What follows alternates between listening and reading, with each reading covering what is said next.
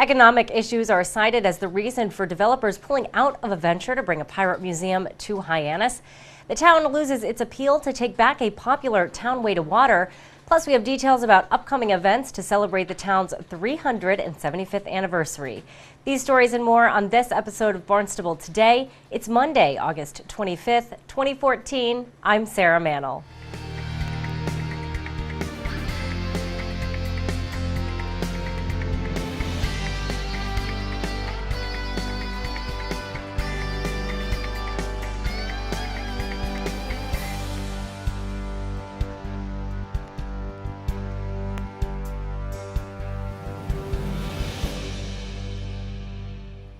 Efforts to bring a pirate museum to Hyannis came to a halt earlier this month.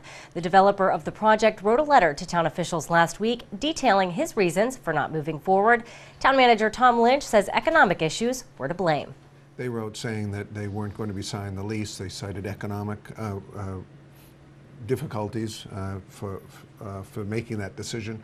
They also cited that there were some management difficulties that I think we had talked about and heard about in the paper. But as I indicated back to them, that they've done a lot of, Mr. Doe has done a lot of positive work for us in the town. We hope that we'll be able to continue that relationship. We understood the decision. We wish it was the other way around, but so that just kind of wrapped up that, and we now know formally that they won't be coming into that site. Lynch says there were other parties interested in leasing the armory. Town officials will now reach out to those individuals in hopes of finding another opportunity for the facility.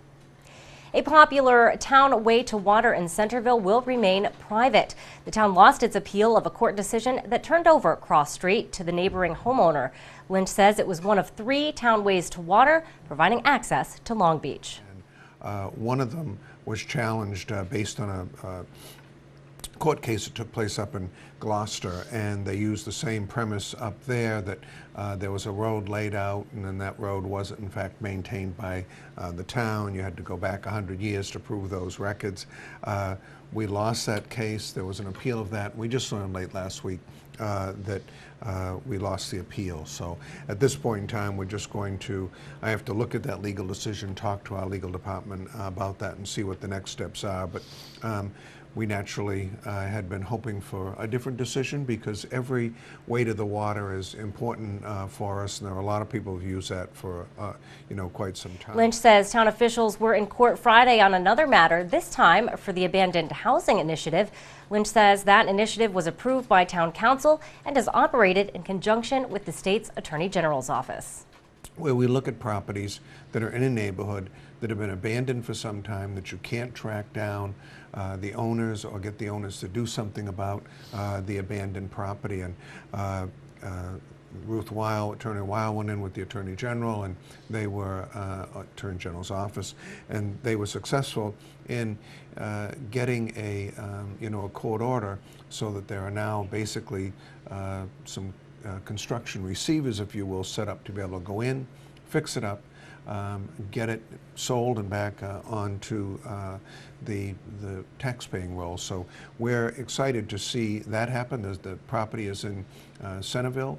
There was another effort that I believe was in the Hyannis area, the Lewis Street area, where although we didn't need to go to court on, that we were able to use the Attorney General's resources to track back, find the bank that was in charge of that, get them to put up some money to begin cleaning up that property. Lynch says it is good to see the abandoned housing initiative coming to fruition. Events celebrating the town's 375th anniversary continue. A group of residents will depart for Barnstable's twin city, Barnstable, England, next week. Lynch will be traveling with the group. I will be with a group that's representing the town and meeting with the Lord Mayor, and that's our twin city. We're kind of, my wife and I are excited about going over and being a part of the festivities. They've got a walking tour planned for us, as well as high tea, and in a newly renovated building. I'm very interested to kind of contrast the physical and geography that we have here in our beautiful community with our namesake over in England. So I'll certainly try to send you a few emails so you can report on our progress, we're looking forward to that. And the celebration will continue this Saturday with a free concert at Azleton Park at 6, followed by a fireworks display at 8. The summer is winding down, and that means it's time for students to head back to the classroom.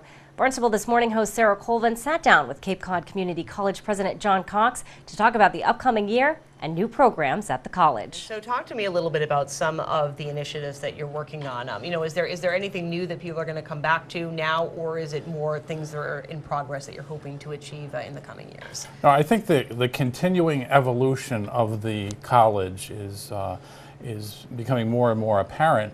We were successful this summer with the funding for our airframe and power plant, which effectively is a airplane maintenance program that we're looking to roll out probably beginning in the fall of 2015 to support the airline and the aviation industry.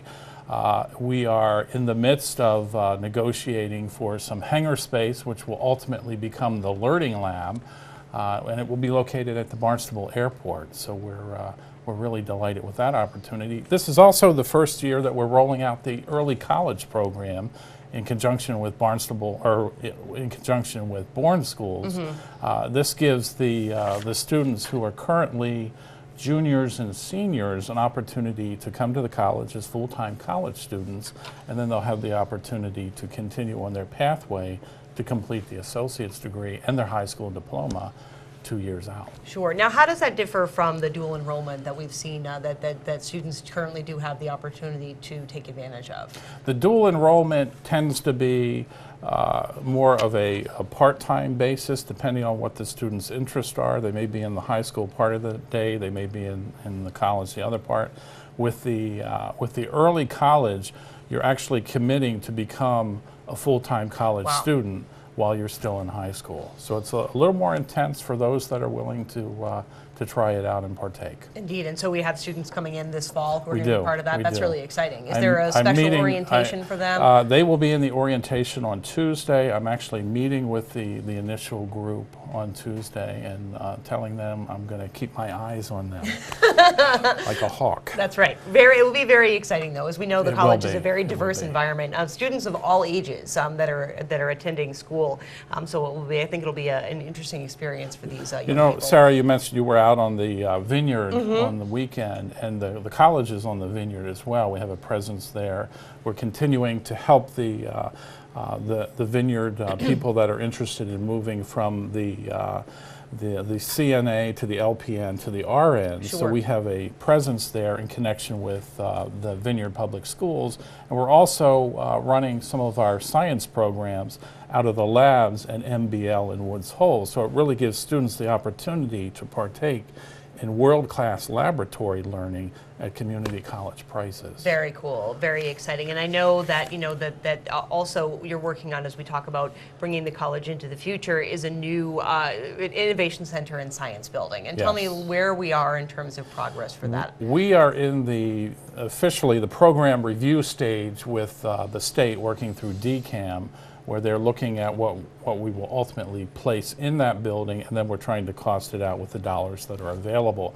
We are still on for likely the front doors opening in about 4 years after we go through the design and the construction phase. But we are moving ahead, the dollars are in place, and the state has made the commitment to support this. Sure. So tell me a little bit about kind of the grand design for the Innovation Center Science Building. As I know as a former community college student, that the science building definitely could use some upgrades. It's getting up there in age and Well, the building is basically a vintage 1970-ish concrete and brick structure.